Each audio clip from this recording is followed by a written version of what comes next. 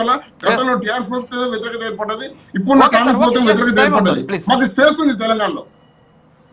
Okay Mahender Reddy గారు, yes yes okay okay అండి, yeah okay okay yeah Rammurthy, yeah sorry Rama Reddy గారు, నిన్న పవన్ కళ్యాణ్ గారు మాట్లాడినటువంటి వాయిస్లో ఒకటి పవన్ కళ్యాణ్ని రాష్ట్రంలోకి రానివ్వట్లేదు అనేసి అంటున్నారని చెప్పేసి ఆయన ఒకటి మాట్లాడారు. సో ఆవేశంగా మాట్లాడారు ఆయన. సో ఒకసారి అది పీసీఆర్ అది ఒకసారి ప్లే చేయండి, అది చూసిన తర్వాత మీరు రియాక్ట్ అవుతారు రామరెడ్డి గారు.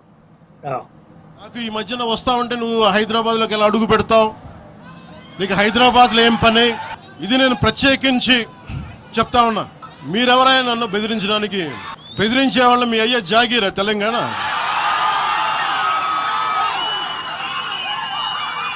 నా మీద దాడులు చేస్తా ఉన్నారు కదా, నాకు తెలంగాణలో బెదిరింపుల కంటే కూడా ఆంధ్రాలో బెదిరింపులు ఎక్కువ. నాకు తెలంగాణలో ఇంకా రానివ్వు అంటారు నన్ను, ఆంధ్రాలో అయితే తల తీసేయనంటారు కోనసీమలో కొంతమంది.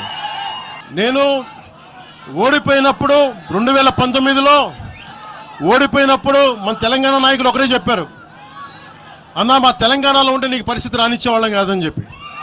నాకు ఈ మధ్యన వస్తావంటే నువ్వు హైదరాబాద్లోకి ఎలా అడుగు. Yes yeah okay yeah Ramareddy గారు, యా ఎస్ రామరెడ్డి గారు, ఇది పవన్ కళ్యాణ్ గారు మాట్లాడిన మాట. ఇందాకే మీరు చెప్పారు యూనియన్ ఆఫ్ స్టేట్స్ మన భారతదేశం అనేది. సో ఏంటి అంటే ఒక రాష్ట్రం నుంచి ఇంకో రాష్ట్రానికి పోవాలంటే ఈ హెచ్చరికలు ఏంటి, ఈ వార్నింగ్లు ఏంటి, సో దాని మీద ఆయన మాట్లాడినటువంటి పరిస్థితి. సరే కొంత పరుష పదజాలం కూడా వాడారు ఆయన, సో దానికి కౌంటర్ కూడా ఇచ్చారనుకోండి పొన్నం ప్రభాకర్ గారు. సో ఏంటి అసలు అంటే రానివ్వము, అడుగు పెట్టకూడదు అనేటటువంటి అంశాలు ఏంటి అసలు? భారతదేశమా, లేకపోతే మీరు ఇందాక చెప్పినటువంటి ఆ యూనియన్ ఆఫ్ స్టేట్స్గానే ఉందా, లేకపోతే ఇంకేదైనా గందరగోళ పరిస్థితుల్లో ఏమైనా దేశం మారిపోయేటటువంటి సిచ్యువేషన్ ఉందా, ఏంటి అసలు? కొంతమంది తమ ఫెయిల్యూర్స్ కవర్ అంటే దాన్ని డైవర్ట్ చేయడం కోసం ప్రాంతీయ తత్వాన్ని అవకాశ రాజకీయవాదంగా రెచ్చగొడతారు. దేశంలో ఎవరు ఎక్కడికైనా వెళ్ళొచ్చు, ప్రజాస్వామ్య పద్ధతిలో మాట్లాడవచ్చు, ఎవరు ఎక్కడైనా పోటీ చేసుకోవచ్చు. ప్రెస్ మీట్ కూడా పెట్టుకొని ఏమైనా స్టేట్మెంట్ ఇచ్చారు కాంగ్రెస్ నాయకులు.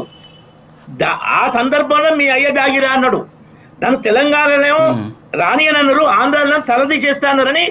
ఇట్లా కొంతమంది తీరు ఇలా ఉంది అని, ఇంకా ఆంధ్రాలోనే ఓవర్ ఉందని పవన్ కళ్యాణ్ గారు చెప్పారు.